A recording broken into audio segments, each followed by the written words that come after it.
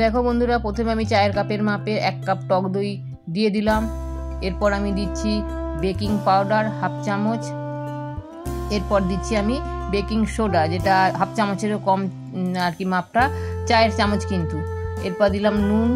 এরপর দেবো, তোমরা যেটা কম্পালসারি লাগবেই সেটা হলে দেখো চিনি। এটা চিনি অবশ্যই দিতে হবে, এটা 2 চামচ। আমার যে মাপটা থাকবে ময়দার আর কি, সেই মাপে আমি 2 চামচ হতে চিনি দিলাম। আর দেখো এই মেজারিং কাপ, এই কাপের মাপে আমি টোটাল কিন্তু 4 কাপ আমি ময়দা নিয়েছি, কিন্তু এটা তোমার মানে অ্যাকচুয়াল হিসেবটা ওই 500, একদম প্রায় 500-র কাছাকাছি ময়দাটা। এবার রিফাইন অয়েল দিয়ে তোমরা দেখতেই পেলে ভালো করে এটাকে আমি এবার মাখবো আর কি।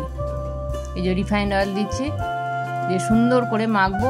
মাখার প্রসেস কি বলো তো, যেমন আমরা লুচি মাখি আর কি, একটা যে মুঠো করার পর মুঠোটা না ভাঙলে তাহলে বুঝবে যে হ্যাঁ ঠিকঠাক। এরপর কি হয়েছে, একটু হালকা গরম দুধ, এই দুধটা কিন্তু হালকা গরম থাকতে পারে, হতে হবে আর কি। আর আদারওয়াইজ হালকা গরম জল দিলেও এটা চলবে। তা তোমাদের গুড ইভিনিং জানাই। তোমরা এই বুঝতে এতক্ষণ ভাবি করতে চলেছে দিদিভাই। হ্যাঁ, আমি আজকে মানে যেহেতু শীত চলছে তো খাওয়া দাওয়া তো তোমাদের সবাইরই চলে, ওটা আমি নানপুরি বানাবো আর কি, সেটা মেখে নিলাম। এরপর চলে এসছে আমি দেখো পালং পনির বানাবো। কীভাবে করি স্টেপ বাই স্টেপ তোমাদের দেখাচ্ছি। গোটা জিরে, তারপরে দিলাম যেটাকে বলে গোটা গরম মশলা, শুকনো লঙ্কা, আর ওখানে কাঁচা লঙ্কা, টমেটো সব কিছু দিয়ে এখানে দিলে ওটাকে একটু জাস্ট মানে মিক্সড করে এটা কষিয়ে নিলাম। এরপর দিচ্ছি আদা বাটা, পরপর যা যা মশলা রাখে। আর এখানে বলে রাখে আমি কিন্তু টোটালি ওটা আমি নিচ্ছি আর কি, নিরামিষ করবো।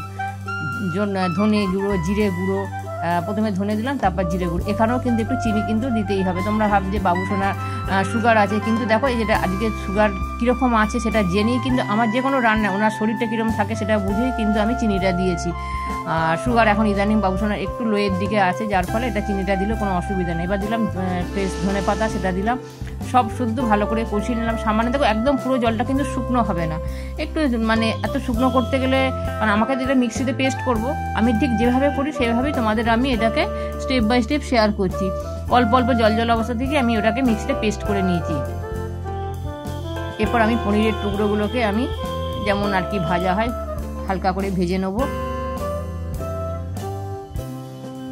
তাই যেটা বলছি যে শীতকাল মানেই তো জোরদার খাওয়া দাওয়া, যদিও আমাদের বাড়িতে জোরদার খুব একটা খাওয়া দাওয়া হয় না, সেটা তো তোমরা তো জানোই, নতুন করে বলার কিছু নাই।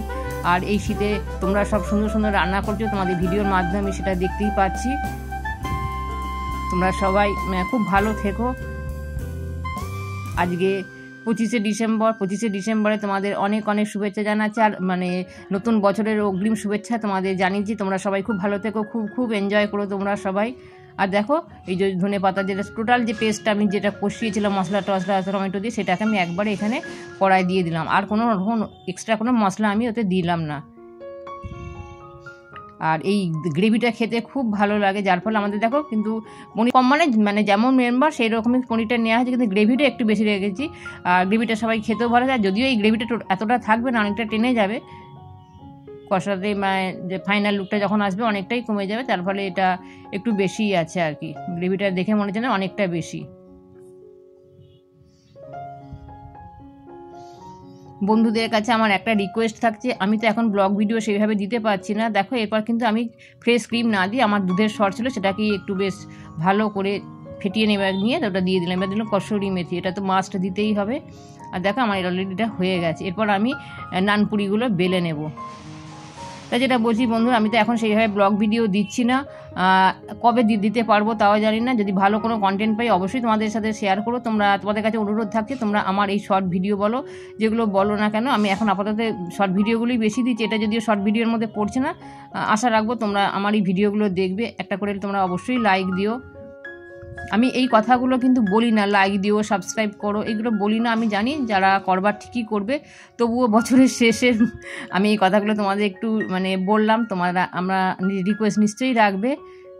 দেখো নানপুরি বেলতে চলে এসেছি। কাজ করতে করতেই তোমাদের সাথে একটু কথা বললাম, তার কারণ আমাকে অনেকেই চাইছো যে দিদিভাই তুমি কবে আবার ভিডিও দেবে। ভিডিও আমি জানি না, সত্যি বলছি আমি কবে ভিডিও দিতে পারবো আমি নিজেও জানি না। তবে মার্চের আগে আমি সেইভাবে অ্যাভেলেবেল হতে পারবো না। 18ই মার্চ মোটামুটি আমি 18 মার্চের পর আমি একটু মনে হয় ফ্রি হতে পারবো, আশা তো রাখছি। তো দেখো নানপুরিগুলো পুরোটা তো দেখানো সম্ভব না, সব কিছু তো বেলে দেখানো সম্ভব নয়, ভিডিও তাহলে অনেক লেন্দি হয়ে যাবে। তোমাদের তো স্বাদ গন্ধ তোমরা তো পাবে না, বাড়ির কমপ্লিমেন্ট পেয়ে গেছি সদস্যদের। আর তোমরা দেখে বলো কেমন হয়েছে, সেটা তোমরা কমেন্টসে আমাকে জানিও। আমি যেভাবে করি আমি একদম টোটালিটা আমি আমার মতন বানিয়েছি। তাহলে তোমাদের বন্ধুরা আর কিছু বলছি না, তোমরা সবাই খুব ভালো থাকবে। নতুন বছর যেটা আসতে চলেছে তোমরা সেই বছরটা খুব এনজয় করো। নতুন বছরে তোমরা সবাই খুব খুব ভালো থেকো। আর কিচ্ছু বলার নেই, ভালো ছাড়া কিচ্ছু কারোর কাছ থেকে কি বলো, সবার কাছে যাতে সবাই ভালো থাকে সেটাই তো সবথেকে বড় কাম্য, আর কিচ্ছু চাওয়ার নেই। দেখো একদম নানপুরি পারফেক্ট হয়ে গেছে, ভীষণ নরম হয়েছিল। আর নানপুরি নরম হয়ও, সাধারণত শক্ত খুব একটা হয় না। আর মাখাটা তোমাদের এখানে বলে রাখি, মাখাটা কিন্তু খুব একটা নরম হয় না, একটু শক্ত করতে হয় নানপুরির, কারণ ওটা চাপা থাকে, রেস্টে থাকে, 2.5-3 ঘন্টার মতো রেস্টে রাখতো, তখন অটোমেটিকলি নরমটা হয়ে আসে। দেখো খাবার সার্ভ করছি, এটাই তো রাতের ডিনার আমাদের। বাবুসোনার খাবার মুখে কিছু বলে না, তোমরা দেখি বুঝে নেবে যে কিরকম হয়েছে। উনি ভীষণই খাওয়া দাওয়ার ব্যাপারে খুবই ক্রিটিক।